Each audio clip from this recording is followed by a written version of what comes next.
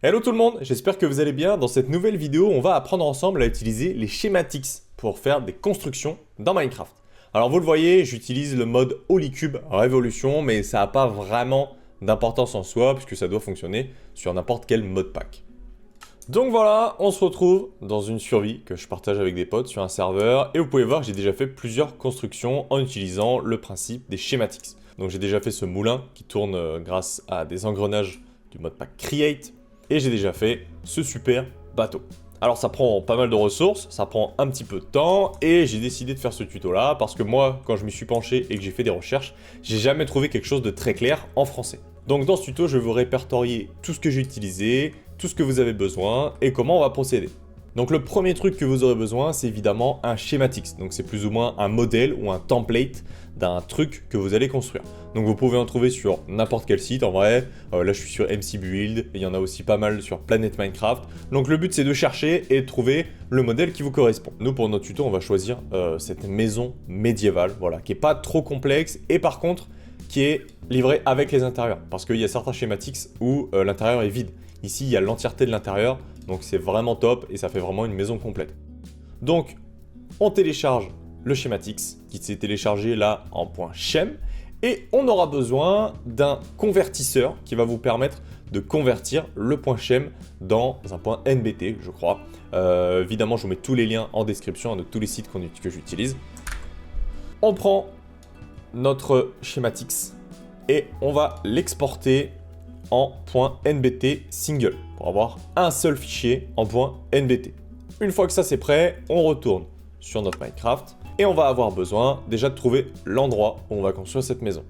Donc voilà, nous on s'est fait un peu de place, je sais que je vais vouloir le construire à peu près par là et on va avoir besoin pour ça d'un schematic canon qui lui va construire, d'une schematic table et de schematic quill. Donc tout ça, je vais vous afficher rapidement les crafts. La schematic quill, elle se fait avec un empty schematic et une plume. L'empty schematic c'est très simple, c'est du papier et du colorant qu'on peut obtenir avec une fleur bleue ou avec l'alliance de ces deux trucs-là. Le canon, c'est très simple aussi, et on l'a avec du bois, du fer, un dispenser et de la pierre. Et la schematic table, des demi-dalles et de la pierre. Globalement, c'est très simple, ça ne vous coûtera pas très cher. Et il faudra évidemment un coffre pour mettre toutes les ressources et de la gunpowder pour pouvoir utiliser le canon. Et là, vous allez voir, c'est à partir de maintenant que la magie opère. On va mettre un coffre collé à notre canon. On va utiliser aussi notre schematic table. Et on va utiliser dans notre schematic table le schematic quill. Alors, pour utiliser les fichiers qu'on a téléchargés, c'est très simple. Ça, c'est d'autres fichiers que moi j'avais téléchargés. Donc justement, mon moulin et mon bateau. Et en fait, pour en importer un nouveau, c'est très simple. Il suffit à l'intérieur de notre schematic table d'appuyer ici. Ça va ouvrir le fichier où sont stockés donc les points NBT qui s'affichent dans Minecraft. Les autres ne s'affichent pas. C'est pour ça qu'on a besoin d'un convertisseur si on télécharge un point .shem. Sinon, si vous avez directement un NBT, vous pouvez le mettre directement. Donc là, moi, je vais le récupérer et je vais le mettre ici. Voilà, évidemment, je mets que le point NBT. L'autre, on s'en fout. Et du coup, je pense que j'ai besoin de retourner dedans, voilà. Mon espèce de forteresse, elle est ici. Et on voit tous les autres schematics qui sont disponibles. Donc on retourne dans notre schematic table. On utilise le schematic quill. Et le bouquin va être crafté. Voilà, et là, on a notre schematics. Bon, toi, casse-toi. Une fois qu'on a notre schematics, du coup, qui a été crafté avec le fichier qu'on lui a donné, on l'a directement, comme ça, en transparence, entre guillemets, pour pouvoir le placer comme on veut. Alors moi, il s'avère que j'ai une armure en Shadow Radiance, qui est exceptionnelle, donc ça permet de voler, d'avoir des ventilateurs et de pouvoir faire du vol stationnaire. Donc c'est extraordinaire, et ça nous permet tout simplement, avec Alt, de passer aux différents outils qui permettent de le faire bouger de droite à gauche, de haut en bas. Voilà, c'est très simple à comprendre. Là, on a la position complète. Là, on peut tourner de 45, de 90 degrés. Et on peut choisir donc tout, le bouger de A à Z. Et ça vous permet de définir du coup, avant de mettre dans le canon, l'emplacement exact de notre construction. Donc moi, je vais le coller à la forêt. Je vais le soulever un peu. c'est pas hyper simple à prendre en compte non plus. Voilà, je vais l'enterrer au niveau de la couche. Et là, on voit qu'on a notre espace qui est libre. Et on va pouvoir commencer à récupérer nos ressources, évidemment. Pour connaître exactement les ressources dont on a besoin, il faut mettre notre bouquin dans le canon, donc notre schématique. Pour faire fonctionner notre canon, il faudra de la gunpowder, comme je vous l'ai dit. Et pour connaître les ressources dont on a besoin, il faut un livre. Une fois que j'ai mon schématique qui est mis dans mon canon, je prends mon livre.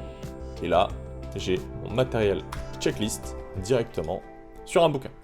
Donc j'ai 11 pages dans mon bouquin d'éléments qu'il faut que je récupère. Donc voilà, tout est écrit ici. J'ai 11 pages que je peux feuilleter et qui me donnent tous les éléments dont je vais avoir besoin pour la construction de ma petite maison. En vrai, ça va, il n'y a pas énormément de trucs compliqués, je pense, à aller chercher. Il n'y a pas trop de trucs qui sont en grande quantité. Et ce qui est trop bien, c'est qu'il vous dit, ça, 79, c'est 1 stack et 15. Donc on n'a pas besoin de calculer. Quand je dois aller en chercher 1200, par exemple, c'est écrit que c'est 13 stacks et compagnie. Voilà, là, il n'y a pas beaucoup de trucs où c'est plus d'un stack. Donc normalement, ça devrait le faire. On peut, si on veut, si on a besoin, mettre un grand coffre. Voilà. Et on peut aller chercher toutes les ressources. Donc je vais vous faire un bel accéléré, je vais aller chercher toutes les ressources et on se retrouve juste après.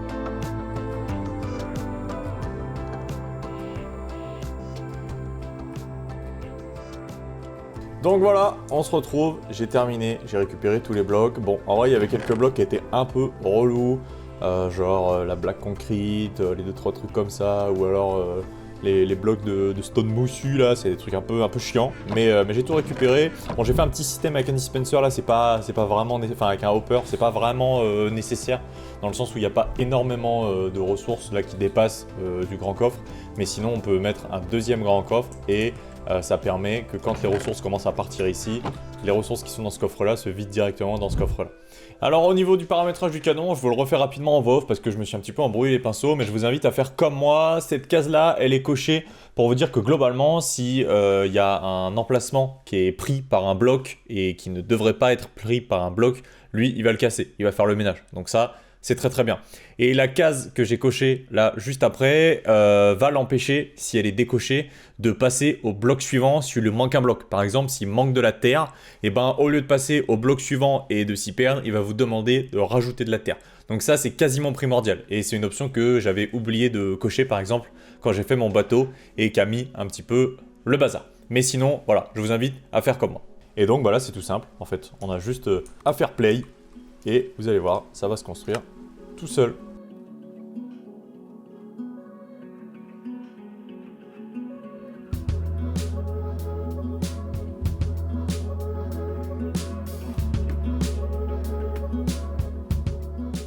Et voilà, le job est terminé. On récupère un empty Schematix et on peut recommencer. C'est exceptionnel. Donc vous l'avez vu, j'ai changé un petit truc là par rapport au début de la vidéo. En fait, on peut mettre un coffre de chaque côté. Donc, enfin, 2 grands coffres de chaque côté. Donc ça nous laisse largement beaucoup de place pour mettre beaucoup d'items. Et c'est parfait. Alors, je vais juste modifier 2-3 trucs. Parce que ça, c'est moche. Je sais pas pourquoi c'était inclus dans le Schematix. Et ensuite, la maison, elle sera terminée. Donc voilà, j'ai terminé de réaménager un tout petit peu la maison. J'ai mis des vitres en haut, comme vous pouvez le voir. Ici, j'ai replanté quelques arbres. J'ai fait ça correctement. Je vais pas tarder à enlever aussi les coffres et le canon qui est ici. Évidemment, il reste pas mal de ressources quand même là-dedans. J'ai toujours tendance à en mettre plus que pas assez. Des fois, ils demandent des quantités un peu particulières. Mais voilà, des fois, je préfère mettre 2 stacks plutôt que 1 stack et 50 blocs, par exemple. On met 2 stacks et c'est réglé. Et vous pouvez voir aussi que ça utilise pas beaucoup de gunpowder. Je pensais au début que ça allait être beaucoup plus énergivore, mais en fait ça utilise pas tant que ça de gunpowder. Donc c'est vraiment exceptionnel. Et vous pouvez voir du coup la particularité de ces maisons là qu'on peut choisir avec les intérieurs, et ben c'est qu'il y a tous les intérieurs qui sont faits, qui sont clean et qui sont propres. Donc moi j'ai juste rajouté des vitres là-haut pour que ce soit un petit peu sympa, pour qu'on puisse voir. Peut-être qu'à terme je ferai d'autres trucs ailleurs. Donc voilà, mais en tout cas c'est super sympa, vous avez tout, en tout cas tout ce qu'il vous faut pour utiliser les schématiques et construire des bâtiments. Je trouve personnellement que ça rend très très bien, c'est très sympa comme principe, ça permet de pousser un petit peu les créations au maximum, parce qu'il y a des trucs quand on sait pas particulièrement build, qu'on n'a pas envie de se casser vraiment trop le crâne, d'utiliser énormément de matériaux, bah c'est vrai que des fois les schématiques c'est quand même hyper pratique. Il y a plein de trucs qu'on ferait pas forcément, ou qu'on ferait différemment, ou avec moins de matière, ou en tout cas bah pas pareil.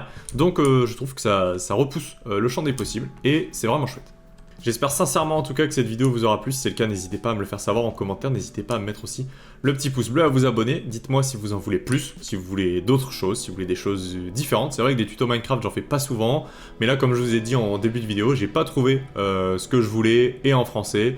J'ai dû chercher et croiser les différentes sources. Donc effectivement, je trouve que ça peut être intéressant. Je pense que ce tuto pourrait être utile pour certains et j'espère pour nombreux d'entre vous, donc n'hésitez pas à me le faire savoir. Moi je vous dis à la prochaine, d'ici là portez-vous bien, allez tchou tchou.